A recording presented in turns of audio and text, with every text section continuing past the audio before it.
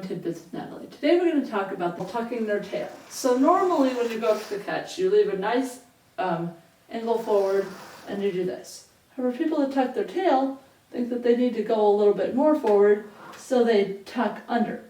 What this does is does not allow your hamstring power to provide as much power as it can, and it puts the emphasis on your shoulder muscles. So you do your shoulders first and then your back. In order to make sure you're not tucking your tail under, you reach forward, you slide up, leave your butt behind you, keeping that back angle the same the whole time up, and then you take a stroke.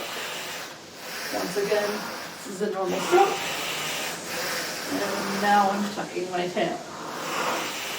It's not as effective. Rowing Tidbits now has a Facebook page, so like us on Facebook so you can see visual content that is in more static form and not video form. We're hoping to diversify a little bit. Hopefully this is helpful. Thanks. Bye.